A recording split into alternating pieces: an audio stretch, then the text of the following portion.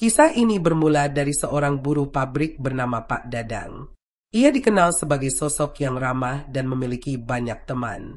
Salah satu sahabat terdekatnya adalah Pak Dedi, yang juga bekerja di pabrik yang sama. Pak Dadang dan Pak Dedi telah bersahabat sejak lama. Mereka sering menghabiskan waktu bersama, bahkan setiap hari berangkat dan pulang kerja dengan motor tua milik Pak Dadang. Persahabatan mereka begitu erat, seolah tak terpisahkan oleh waktu. Pak Dedi baru saja dikaruniai seorang anak laki-laki yang lucu, bernama Raka, yang saat itu berusia 6 bulan. Kehadiran Raka membawa kebahagiaan besar bagi keluarga kecil Pak Dedi. Namun, kebahagiaan itu tiba-tiba diselimuti kekhawatiran ketika istrinya hamil lagi pada usia kandungan 3 bulan. Bagi pasangan muda seperti Pak Dedi dan istrinya, kehamilan kedua ini terasa begitu cepat. Suatu hari, Pak Dedi menghampiri Pak Dadang di ruang istirahat pabrik. Wajahnya tampak murung, tidak seperti biasanya. "Pak, aku mau bicara sesuatu," ujar Pak Dedi dengan nada pelan. Pak Dadang langsung menoleh, merasa ada sesuatu yang tidak biasa dari sahabatnya itu. "Apa yang terjadi, Dedi? Kamu kelihatan sedih sekali," tanya Pak Dadang dengan nada khawatir. Pak Dedi menghela napas panjang sebelum akhirnya bercerita. "Anakku, Raka, masih kecil, belum genap setahun. Tapi sekarang istriku sudah hamil lagi. Aku takut tidak bisa memenuhi kebutuhan keluargaku nanti. Apalagi penghasilanku di pabrik ini tidak cukup besar." Pak Dadang mendengarkan dengan seksama. Ia tahu bahwa kehidupan Pak Dedi memang tidak mudah. Gaji di pabrik hanya cukup untuk kebutuhan sehari-hari, apalagi dengan kehadiran 2 anak dalam waktu yang sangat dekat. "Kamu jangan terlalu khawatir, Dedi. Setiap masalah pasti ada jalan keluarnya. Yang penting, kamu harus tetap semangat dan percaya bahwa Tuhan tidak akan memberikan cobaan melebihi kemampuan hambanya," kata Pak Dadang mencoba menenangkan. Namun, Pak Dedi tetap gelisah. Hingga beberapa saat kemudian, setelah terdiam, ia pun melanjutkan. "Aku sempat berpikir, mungkin ada cara lain untuk mengatasi masalah ini. Maksudku, kalau kehamilan ini tidak dilanjutkan, mungkin bebannya tidak akan terlalu berat." Pak Dadang terkejut mendengar rencana tersebut. "Jangan lakukan itu, Dedi. Apapun alasannya, itu bukan solusi yang tepat. Bayangkan, anak adalah anugerah Tuhan. Memiliki banyak anak justru bisa menjadi sumber kebahagiaan dan rezeki bagi keluarga," kata Pak Dadang dengan nada bijak. Pak Dedi tampak gelisah belakangan ini. Saat berbincang dengan Pak Dadang, ia mengungkapkan kegelisahannya. "Kasihan istriku. Anak pertama kami baru berusia 6 bulan, tapi sekarang dia sudah mengandung lagi." Pikiran Pak Dedi terus dipenuhi kekhawatiran. Ia merasa belum siap memiliki 2 anak dengan jarak usia yang begitu dekat. Dalam keputusasaan, ia mengatakan kepada Pak Dadang bahwa ia ingin mencari seorang dukun, yang bisa membantunya mengatasi masalah ini. Mendengar hal itu, Pak Dadang terkejut. Dengan nada khawatir, ia menasihati sahabatnya, "Jangan, Pak Dedi. Itu kasihan, dan lagi pula, itu perbuatan dosa." Namun, Pak Dedi hanya menggeleng. "Tak apa, dosanya pun aku yang menanggung," katanya dengan mantap. Pak Dedi penasaran, memang ada tempat seperti itu? Pak Dadang mengangguk ragu.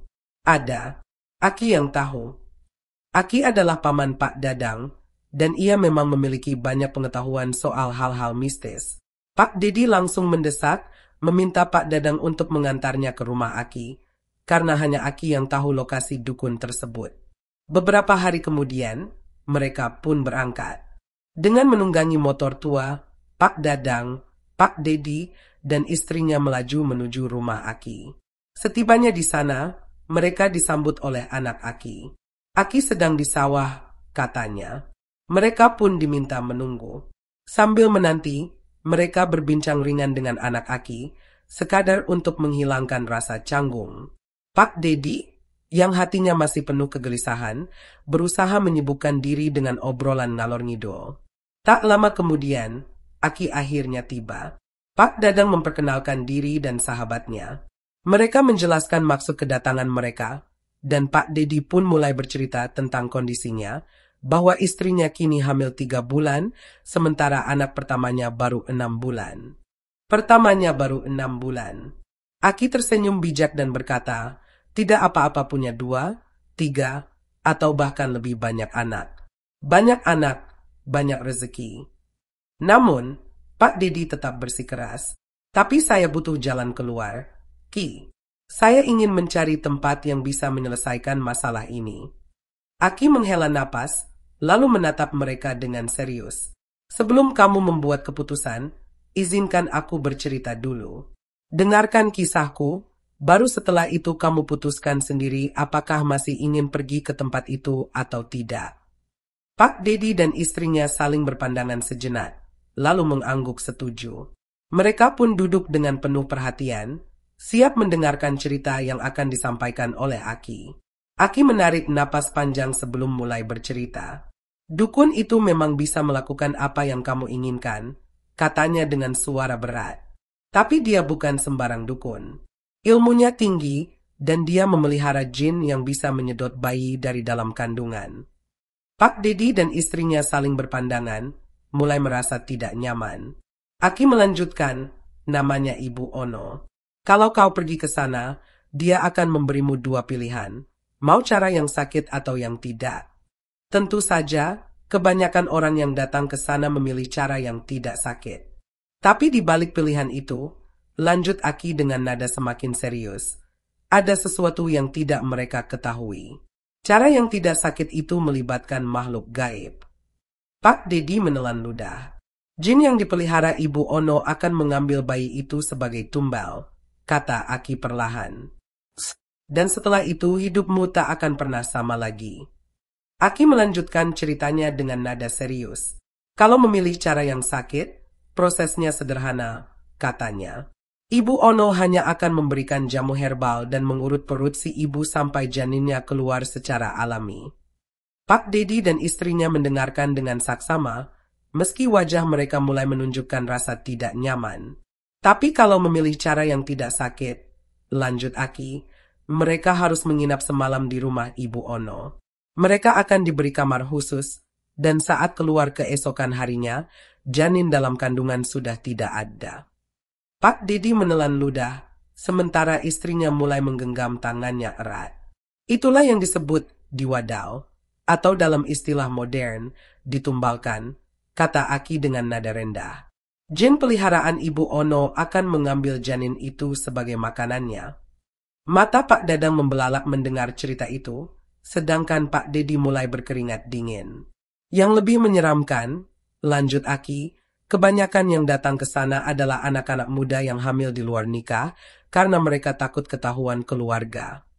Pak Dedi merasakan bulu kuduknya meremang. Ia memandang istrinya, yang kini wajahnya pucat pasi. Ki, saya nggak jadi, katanya dengan suara gemetar. Serem banget kalau benar begitu. Istrinya mengangguk cepat, masih dalam keadaan syok. Aki menghela napas. Syukurlah kalau kalian masih punya akal sehat. Jangan sekali-kali bermain dengan dunia seperti itu. Konsekuensinya lebih besar daripada yang kalian bayangkan. Aki menghela napas panjang sebelum melanjutkan ceritanya. Sebenarnya, aku masih punya satu cerita lagi, katanya dengan suara berat. Pak Dedi dan istrinya menatapnya dengan serius, sementara Pak Dadang mulai merasakan hawa tak nyaman. Aku punya seorang teman, seorang pedagang yang sering pulang larut malam. Suatu malam, saat ia melewati rumah Ibu Ono, ia mendengar suara kidung yang merdu dari kejauhan, ujar Aki. Pak Dedi mengernyit. Kok bisa? Rumah dukun itu tidak pernah terdengar mencurigakan. Itulah alasannya, jawab Aki. Rumah Ibu Ono berada jauh di tengah kebun dan sawah miliknya sendiri. Megah, luas, dan dikelilingi pohon-pohon besar. Jadi, orang-orang jarang melewati daerah itu, apalagi di malam hari. Pak Dedi dan istrinya bergidik, membayangkan suasana sunyi di sekitar rumah dukun itu. Nah, malam itu, temanku penasaran. Ia berjalan mendekat, lalu melihat ada jendela yang terbuka sedikit. Dari sana, ia melihat seorang perempuan muda duduk membelakangi jendela. Rambutnya panjang dan hitam berkilau. Pasti ini yang bernyanyi, pikirnya. Suaranya begitu indah, seakan memikat siapapun yang mendengarnya. Aki berhenti sejenak, menatap ketiga orang di depannya dengan ekspresi serius. Tapi sialnya, lanjut Aki, perempuan itu tiba-tiba berbalik badan. Pak Dedi menahan napas, sementara istrinya menelan ludah. Wajahnya bukan wajah manusia, bisik Aki. Matanya melotot keluar, lidahnya panjang dan berlumuran darah, giginya bertaring tajam, juga mengucurkan darah segar. Pak Dadang merinding mendengar deskripsi itu. Temanku terdiam beberapa detik, tubuhnya seakan membeku karena ketakutan. Tapi begitu sadar, ia langsung lari terbirit-birit menuju rumahnya. Saat tiba di rumah, ia berteriak ketakutan hingga membangunkan keluarganya. Aki menghela napas lagi. Keesokan harinya, aku datang menjenguknya. Aku terkejut melihat kondisinya. Kemarin dia masih sehat, tapi pagi itu tubuhnya demam tinggi, menggigil hebat, dan napasnya tersengal-sengal.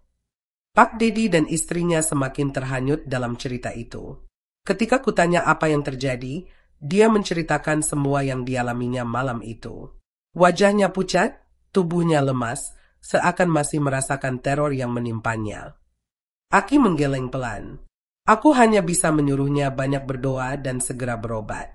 Tapi, Aki terdiam sejenak sebelum melanjutkan dengan suara berat. Keesokan harinya, dia meninggal dunia. Pak Dedi dan istrinya terbelalak kaget. Entah karena ketakutan yang begitu mendalam atau memang sudah takdirnya, lanjut Aki.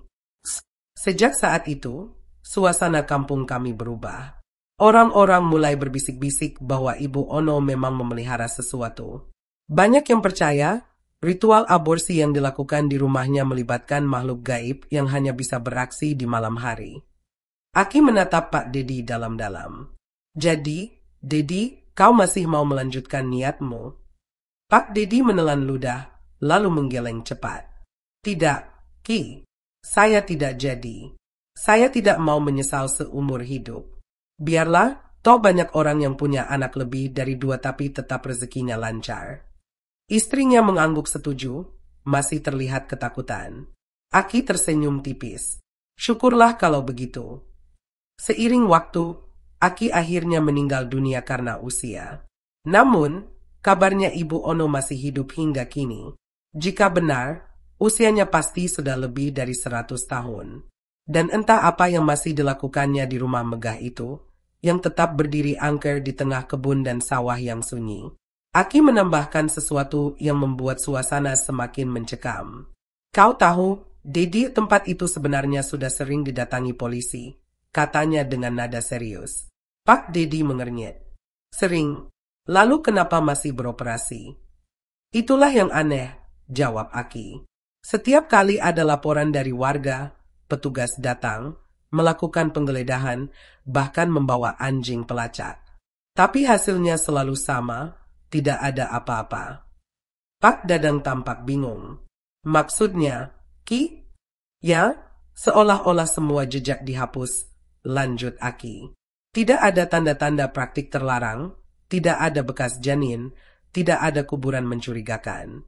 Seakan-akan tempat itu bersih, tidak pernah terjadi apapun di sana. Pak Dedi mulai merasa merinding. Tapi kan sudah banyak yang bilang, ada orang yang datang ke sana, ada yang menginap, ada yang... Aki mengangguk. Betul. Tapi entah bagaimana, setiap bukti yang seharusnya ada, selalu menghilang.